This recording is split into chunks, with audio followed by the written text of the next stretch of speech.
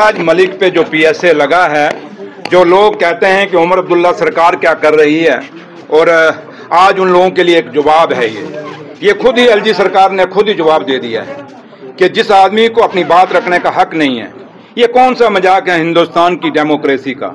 ठीक है, अगर उसने कोई लफ्ज कहीं कोई इस्तेमाल किए हैं तो एक सिंपल एफआईआर भी हो सकती थी। हम जो जानते हैं और जो समझते हैं, इतिहास रहा और माजी में रहा कि पीएसए उसी इंसान पे लगाया जाता है जो समाज के लिए खतरा हो, या कोई मिलिटेंट हो, या कोई ऐसा ड्रग बेचने वाला हो जो ऐसा धंधा करता हो, ऐसा काम करता हो जो समाज के लिए खतरा होता है, ऐसे लोगों पर पीएसए लगाया जाता है। बट ये पीएसए किसका है? अगर बोलने पे ही पीएसए है तो मैं आप लोगों से भी रिक्वेस्ट करूंगा, शाम को जितनी भी डिबेट नेशनल टीवी पे होती हैं, बीजेपी के जो स्पोक्समैन हैं, जो भाषा वो इस्तेमाल करते हैं, क्या वो भाषा इस्तेमाल करने के काबिल है? जब इसी हिंदुस्तान के अंदर सोनिया गांधी जी को क्या नहीं कहा गया, क्या क्या नहीं लफ्ज उनके पे इस्तेमाल किए गए।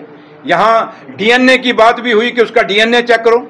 क्या ये ऐसे बात, क्या किसी आपने पीछे एक डिबेट में देखा, बीजेपी का एक स्पोक्समैन, मैं नाम नहीं लूंगा, उसने कांग्रेस के स्पोक्समैन पे नहीं कहा कि इसकी माँ रंडी है, इसकी माँ ये है। इतने गंदे गंदे लफ्ज इस्तेमाल किए जो मेरे मुंह, मैं नहीं चाहता कि मैं अपने मुंह से निकालूं। तो अगर आपने पीएसए लगाने, फिर उन पे भी पीएसए लगने चाहिए। ये पिक एंड चूज क्यों? ये ऐसा पिक एंड चूज नहीं होना चाहिए। मैं नहीं कहता कि महराज मलिक के कोई लफ्ज थे जो थे गलत थे, नहीं करने चाहिए, ये हमारा समाज इजाजत नहीं देता। बट एक एफआईआर भी तो एक हो सकती थी। बट रातों रात उस बंदे को उठाना, डोडा से उठाना, बाया वदरबा से शाम को रात को कठुआ तक पहुंचाना और उसको जेल में डालना, ये कौन सी डेमोक्रेसी की बात आप कर रहे हैं? इसलिए जो लोग कहते हैं उमर अब्दुल्ला सरकार क्या कर रही है, ये उनको जवाब है कि यहाँ उमर अब्दुल्ला सरकार काम नहीं कर रही, आज भी एलजी सरकार काम कर रही है। अगर उमर अब्दुल्ला सरकार है तो कम से कम हमसे पूछना चाहिए था, उमर अब्दुल्ला सरकार को पूछना चाहिए था कि हम महराज मलिक पे पीएसए लगा रहे हैं, लगाएं या नहीं लगाएं। क्या पूछा किसी ने? और क्या आप पत्रकारों को भी शायद नहीं पता होगा, पता उसी समय लगा जब चिट्ठी डीसी ने डाल दी। इस तरीके से तो कल एक आम, अगर एक एमएलए के साथ ऐसा हो रहा है तो एक आम आदमी इन ऑफिसरों के पास जाके कैसे बात करेगा?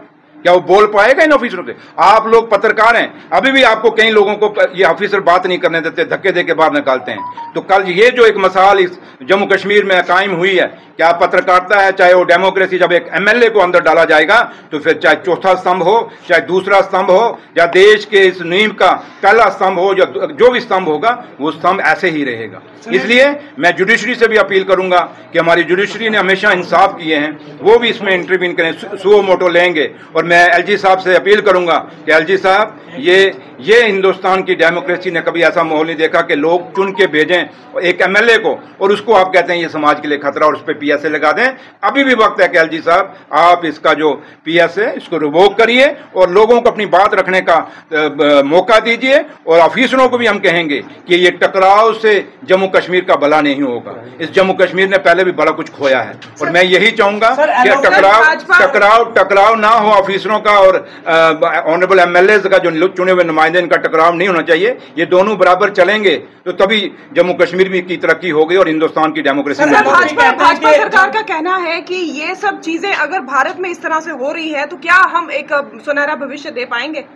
उनको बोलिए जो आपकी फेक आईडी जो शाम को कमेंट करती हैं स्टेटस के, जो बाकी अपोजिशन के लोगों के ऊपर जो गाली गलोच आप लोगों की माओं और बहनों को आपके जो फेक आईडियां देती हैं, क्या ये समाज बन रहा है? आपके जो स्पोक्समैन जो रात को शाम को नेशनल टीवी में बैठ के जो गाली गलोच करते हैं, क्या उससे समाज बन रहा है? ये बदतमीजी का माहौल और ये बदतमीजी का कल्चर, ये सभ्यता और संस्कृति इस देश में अगर कोई लाया है तो यही जो बीजेपी के लोग हैं आपके सामने रीलें बना रहे हैं। यहाँ पे लोगों के मकान बर्बाद हो गए हैं, लोगों के घर बर्बाद हो गए हैं, लोगों की जमीनें बर्बाद हो गई हैं, लोगों की खेतियां किसानों की बर्बाद हो गई हैं, लोग बच्चों का रोजगार खत्म हो गया। उस पर बात नहीं करेंगे, वो रीलें बना के एक राशन की थोड़ी सी पूड़ी देते हैं, उसकी भी वो मूवी बना के देते हैं। क्या यही ये कल्चर है क्या हिंदुस्तान का? हिंदुस्तान में मेरे बुजुर्गों ने और आपके बुजुर्गों ने भी लोगों को स्कूलों के लिए, कॉलेजों के लिए, हॉस्पिटलों के लिए, पंचायतों के लिए अपनी जमीनें डोनेट की। क्या उन बुजुर्गों ने कहीं नाम लिखा अपना? आज भी आपके कितने स्कूल, कॉलेजेस, हॉस्पिटल, पंचायत घर जो हैं, प्रॉपर्टी जो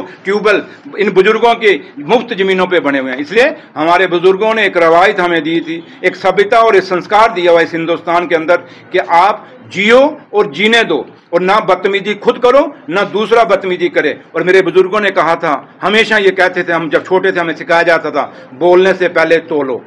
और बिना तोले बोलो मत। तो इसलिए मैं कहता हूं कि अगर आप संस्कारों की बात करते हैं और तमीज की बात करते हैं तो सबसे पहले बीजेपी के लोगों को तमीज सीखने की जरूरत है, और बीजेपी का जो सोशल मीडिया जो है उसको तमीज सीखने की जरूरत है। दूसरों को शिक्षा मत दीजिए, आप थोड़ी सी शिक्षा के कोचिंग कहीं जाके लेके आइए। एलओपी सुनील शर्मा ने कहा कि जब एमएलए अपनी लिमिट क्रॉस करेगा, एडमिनिस्ट्रेशन फिर अपनी तरफ से इसी तरह से कार्रवाई करेगी उसके साथ। सुनील शर्मा साहब, एलओपी साहब, अब मैं उन पे क्या रिएक्ट करूं, क्या बोलूं?